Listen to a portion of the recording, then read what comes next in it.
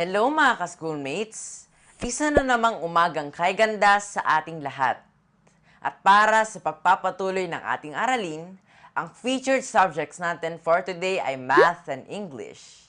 At meron din ako mga tips sa mga kapwa ko estudyante para sa online learning. Kaya simulan na natin ang ating mga lessons with Teacher Mika.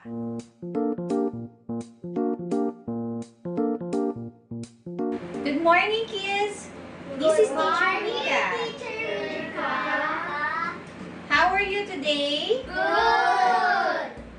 Today, we are going to learn English and Math. So you have to listen carefully to teacher as I discuss to you our topic for today. Our topic would be about complete sentence. When you say complete, the thought is being delivered. A complete sentence has a subject and a predicate that work together to make a complete thought. Now, there's an example for you at the screen. Can somebody read that for me? How about Francis? Bobby smiled until he thought his face would crack. Can you see that? That's a complete sentence. Bobby smiled until he thought his face would crack. The subject there is Bobby, and the predicate would be smiled until he thought his face would crack. Now, kids, you're going to give me your sentences now. Let's start with Robley. The cat is eating. Francis, The dog is Kyrene, I got no pet. Charles, I have fish. and Nicole. My dog and I go to the park. Hey, you are all correct. Those are complete sentences because they have a sentence, so they have a subject and a predicate that work together to make a complete thought. Now, kids, look at the picture at the next slide. A sentence fragment fails to be a sentence in the sense that it cannot stand alone. You can see there, last Saturday after the ball game at the ice cream shop. Oh no! Something is wrong with this sentence. Right? It's a sentence fragment because something is lacking. Now let's go to the next slide. Probably can you read it for a teacher? I describe something but have no subject or relationship. Thank you. How about you, Nicole? Can you read the next sentence? Shooting just before the buzzer rang and hoping to score the winning point. Do you think this is a sentence, Francis? I'm going to read about the... It's no. It's no. Thank you, Robley. Now, everybody, you're going to give me your example for sentence fragments. Let's start with Nicole. Shoot at the basketball court. Shooting at the basketball court. Okay. Again, class, when it's complete, it's a sentence. But when there is no subject and verb relationship, then that makes a fragment. That's all for your English classes. So we'll proceed to your math subject. So our lesson for our mathematics class is about place value. This is about number sets.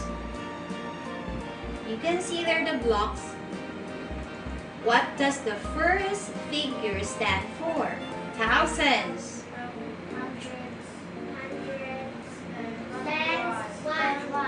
Good job! This figure tells you about the place value of numbers. Please go to the next slide. How many? It says, let's count how many ones are there. Four. There are 4. Okay, how many tens are there? There are 10. Okay.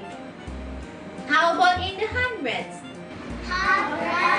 Yes, good job. Okay, next slide, please, kids. So if you're going to add it up, 100, plus 10 plus 4. How many will that be? Nicole? 140. Good job! It's 114. Now let's go to the next slide. What happened to the figure in the hundreds? There's another chunk that is added. And in the tens, how many figures are there? 30. And in the ones, how many? No. 5 blocks for ones. So there are 200 for hundreds, 30 for tens, and 5 for ones. Now, to add them up, how many would that be? So it's 235. Okay, next one. Now, another chunk is added to your hundreds.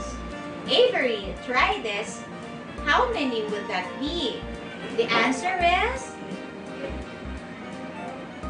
330. Good job! Now, let's go to the next slide. You have a multiple choice there. Francis, let's answer. What is the correct answer?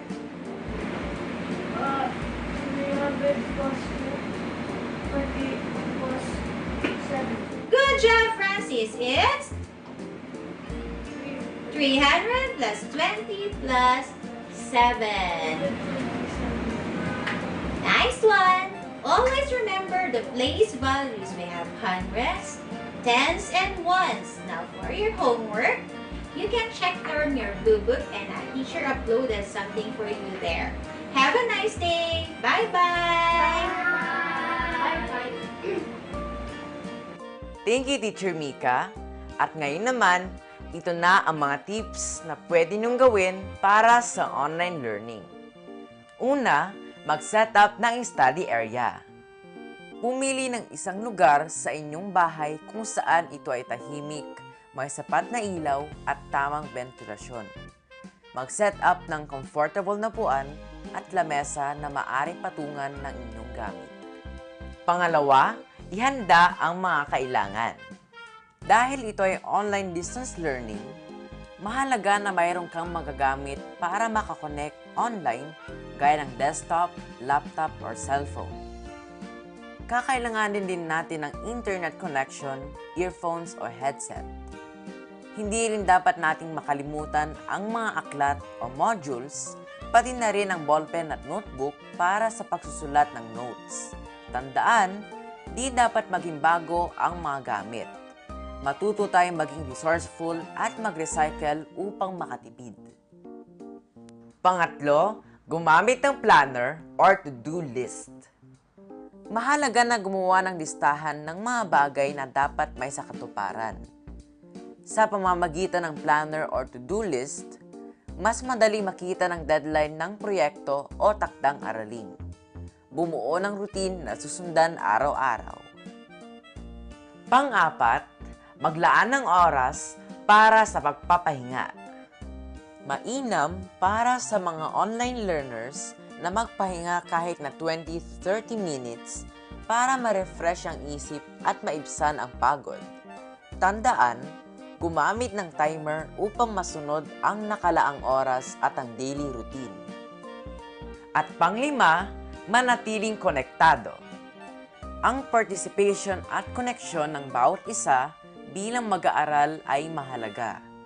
Makipagkilala at makipag-usap sa inyong classmates. Always remember na andyan sina teacher at ating mga parents para umalalay sa atin. Magtanong kung merong hindi naintindihan o kung may nais linawin. Mahalaga sa ating mga mag-aaral na sundin ang mga tips na ito para maging madali at makabuluhan ang online learning. Hanggang sa susunod nating pagsasama. My name is Emman. Lagi nating tatandaan, para maging cool, always go to school. Ito lang sa School TV with Kuya Emman.